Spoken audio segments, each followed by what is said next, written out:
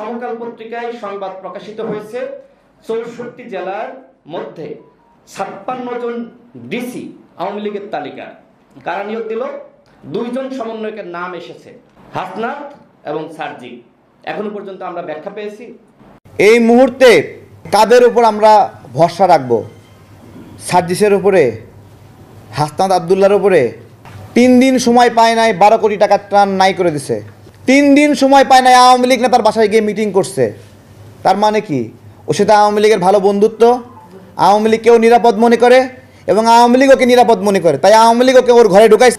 আজকে এখান থেকে বলছি, সময় দিলাম ৩ মাস। কয়দিন? ৩ মাস।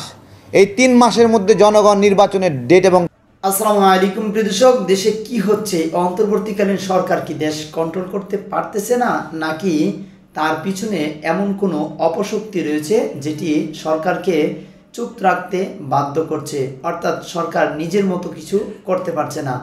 প্রিয় দর্শক, তবে আমরা ইতিমধ্যে শুনতে পেরেছি যে হাসনাত আবদুল্লাহ এবং সার্জিসকে আওয়ামী লীগে ক্রয় করে নিয়েছে, অর্থাৎ তাদের ভিতরে আওয়ামী লীগ মিশে গিয়েছে।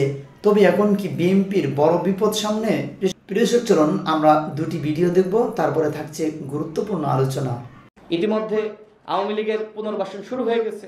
আপনি দেখেন যে সমকাল পত্রিকায় সংবাদ প্রকাশিত হয়েছে ৬৪ জেলার মধ্যে ৫৬ জন ডিসি আওয়ামী লীগের তালিকা। কারা নিয়োগ দিল? ২ জন সমন্বয়কের নাম এসেছে, হাসনাত এবং সার্জিক। এখনো পর্যন্ত আমরা ব্যাখ্যা পেয়েছি। তার উত্তর দিয়েছে, এইভাবে যদি চলতে থাকে রাষ্ট্র সংস্কার কিভাবে হবে? আমি তো বিশ্বাস বা আস্থা রাখতে পারছি না যে এই সরকার রাষ্ট্র সংস্কার করতে পারবে। তাদের সক্ষমতার দুর্বলতার আমার কাছে, আমার চোখের সামনে মনে হচ্ছে যে তাদের সক্ষমতার ঘাটতি আছে, যথেষ্ট দুর্বলতা পরিলক্ষিত হচ্ছে।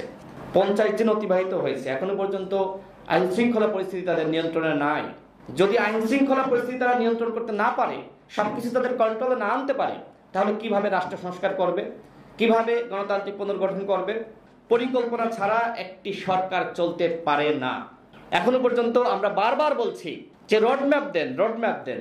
আপনারা অনেকে বলছেন যে এখনো রক্তের দাগ শুকায়নি, আপনারা রোডম্যাপ নির্বাচনের কথা বলছেন।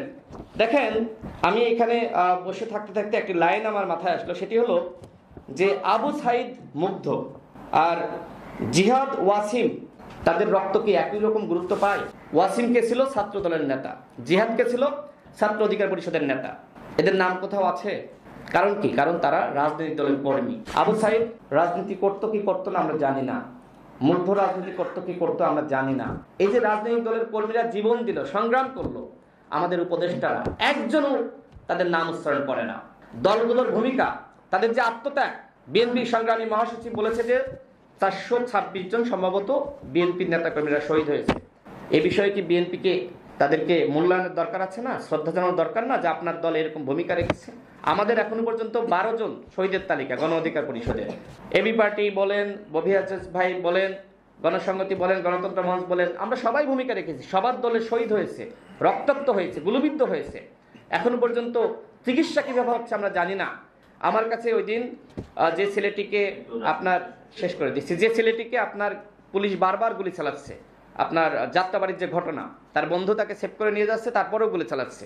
ওই ছেলেটির মা আমার কাছে আসলো আমাদের অফিসে।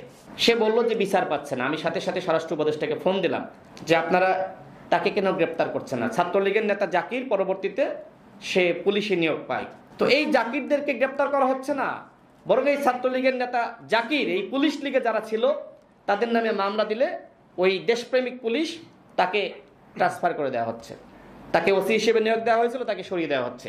এভাবে রাষ্ট্র সংস্কার হতে পারে না। সুতরাং অনতিবিলম্বে সকল রাজনৈতিক দলগুলোকে ধাপে ধাপে আপনারা ডাকেন, ডাকার মাধ্যমে পরামর্শ নেন, কি করতে চান জানান, রোড ম্যাপ প্রকাশ করুন। আপনার ৩ মাসের পরিকল্পনা কি আমি জানি না, আপনার ৬ মাসের পরিকল্পনা আমি জানি না, ৩ মাসের পরিকল্পনা আমি জানি না, ১ বছরের পরিকল্পনা জানি না।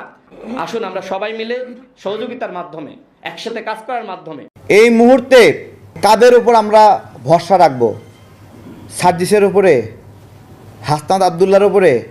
৩ দিন সময় পায় নাই, ১২ কোটি টাকা ত্রাণ নাই করে দিছে। ৩ দিন সময় পায় নাই, আওয়ামী লীগ নেতার বাসায় গিয়ে মিটিং করছে। তার মানে কি? ওর সাথে আওয়ামী লীগের ভালো বন্ধুত্ব, আওয়ামী লীগকেও নিরাপদ মনে করে এবং আওয়ামী লীগ ওকে নিরাপদ মনে করে, তাই আওয়ামী লীগ ওকে ওর ঘরে ঢুকাইছে আর ও আওয়ামী লীগের ঘরে ঢুকছে।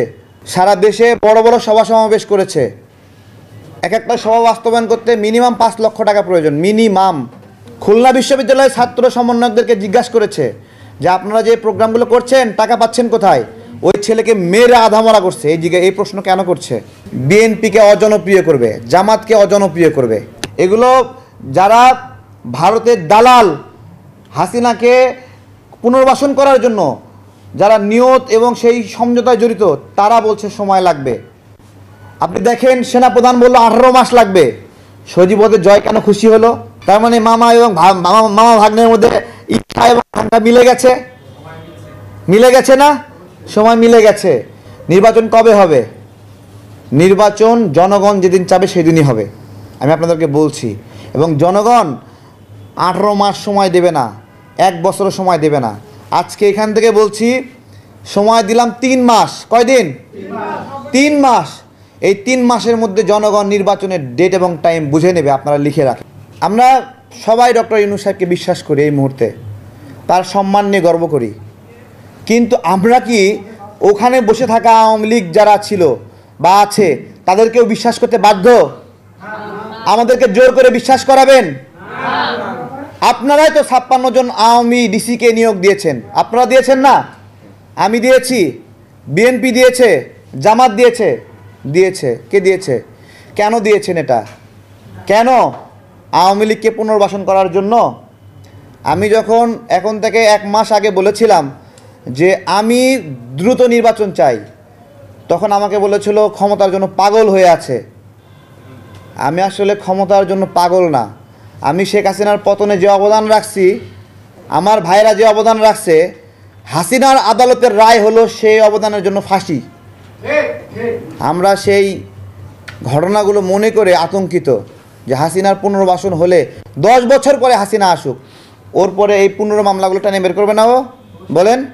তাহলে আমার অনুভূতি আর একজন যে এই আন্দোলনে কোনো ভূমিকা নাই, তার অনুভূতি কি এক? বলেন, তার অনুভূতি এক নয়। আজকে আমি কেন বলছিলাম যে দ্রুত নির্বাচন প্রয়োজন? দেখেন আজকে ভারতের যে মিটিংটা হলো, এই মিটিংটা বাংলাদেশের সার্বভৌমত্বের জন্য একটা অশনি সংকেত। সবচেয়ে গুরুত্বপূর্ণ বিষয় ভাইয়েরা, বাংলাদেশের রাজনীতি খারাপ হোক ভালো হোক, রাজনীতিবিদদের হাতেই নিরাপদ। এটা আপনাদেরকে বিশ্বাস করতে হবে। এটা কেন নিরাপদ আমি বলছি। গত কয়েকদিনে শত শত সচিব মামলা এদিক ওদিক হয়েছে, খালি টাকার হরিলুট খেলেছে। এইরকম হরিলুট আওয়ামী লীগও খেলে নাই, আমি বলছি আপনাদেরকে। তার প্রমাণ 3 কোটি টাকার চেক ওইখানে পাওয়া যাচ্ছে। এখন আমার কথা হলো, এই 3 কোটি টাকা দিয়ে কে নিয়োগ নিচ্ছে? বিএনপি পন্থী সচিব আমলা যারা ওএসডি হয়েছিল, ওদের কাছে 3 কোটি টাকা আছে? বলেন। এগুলো বিবেচনার বিষয়। সারা দেশে বড় বড় সভা সমাবেশ করেছে। এক একটা সভা বাস্তবায়ন করতে মিনিমাম 5 লক্ষ টাকা প্রয়োজন, মিনিমাম। অথচ আমরা একজন আহত বন্ধুকে আমরা এখনো বিদেশে পাঠাতে পারি নাই, একজন, কেউ না। আপনারা শুনছিলেন হাসনাত আব্দুল্লাহ বিষয়ে কিছু কথা এবং বুঝতে পেরেছেন যে হাসনাত আব্দুল্লাহ কি করছে। আমরা আন্দোলন কি আসলে ওই 2 জনের মাধ্যমে আন্দোলন সফল হয়েছে, নাকি আরো আন্দোলনে অনেকেই ছিল? আমরা এখন যাদেরকে দেখতেছি হাসনাত আব্দুল্লাহ এবং সার্জিস, এই 2 জনকে মিডিয়ার মুখে এবং এই 2 জনই পুরা যেমন বাংলাদেশটাকে নিয়ন্ত্রণ করছে এমন মনে হচ্ছে, কারণ তারাই যেন সব। আসলে কি সব ছিল? প্রিয় দর্শক, এটি আপনাদের কাছে প্রশ্ন। হাজারো জনতা যেখানে জীবন দিয়েছে, হাজারো মানুষ এই স্বৈরাচারকে বের করার জন্য দেশে থেকে রাজপথে নেমেছে। এখন হাসনাত আব্দুল্লাহ আর সার্জিস তারা তাদের নিজেদের মতো করে বিভিন্ন পদে নিয়োগ দিচ্ছে। আসলেও তারা নিয়োগ দেওয়ার কে, এই প্রশ্নটি কিন্তু থেকেই যায়। এখানে হাসনাত আব্দুল্লাহ এবং সার্জিস তারা যেহেতু আন্দোলনে ছিল, হ্যাঁ, তারা 2 জনই কি আন্দোলন ছিল? আর বাকিরা কোথায়? বাকিদেরকে রেখে তারা নেতৃত্ব দিচ্ছে কি করে, এবং তারা কি করছে, এবং তারা কোন পর্যায়ে চলে গেছে? ইতিমধ্যে আমরা দেখেছি তাদেরকে অনেকে গাড়ি অফার দিয়েছে, টাকার বান্ডিল দিয়েছে, টাকার বস্তা দিয়েছে। এটি কিন্তু গণমাধ্যমে চলে আসছে। তবে গণমাধ্যমে চলে না আসা আরও অনেক খবর রয়েছে। তো প্রিয় দর্শক, সবচেয়ে গুরুত্ব বিষয় যেটি, যে বাংলাদেশের 64টি জেলায় যে ডিসিএসপি আছে এগুলো সার্জিস এবং হাসনাত আবদুল্লাহর অনুমতিক্রমে তাদেরকে নিয়োগ দেওয়া হয়েছে। আর এই নিয়োগ দেওয়ার প্রত্যেককেই আওয়ামী লীগের সদস্য এবং তারা শেখ হাসিনার সময় তারা একটি ভালো ভূমিকা রেখেছেন আওয়ামী লীগের হয়ে, সেই সব লোকদেরকে কিন্তু নিয়োগ দেওয়া হচ্ছে। এখন প্রশ্ন হলো যে তারা কি আসলেও আওয়ামী লীগের কাছ থেকে টাকা খেয়ে তাদেরকে নিয়োগ দিচ্ছে, নাকি তারা আসলে মূলত আওয়ামী লীগের ছিল বড়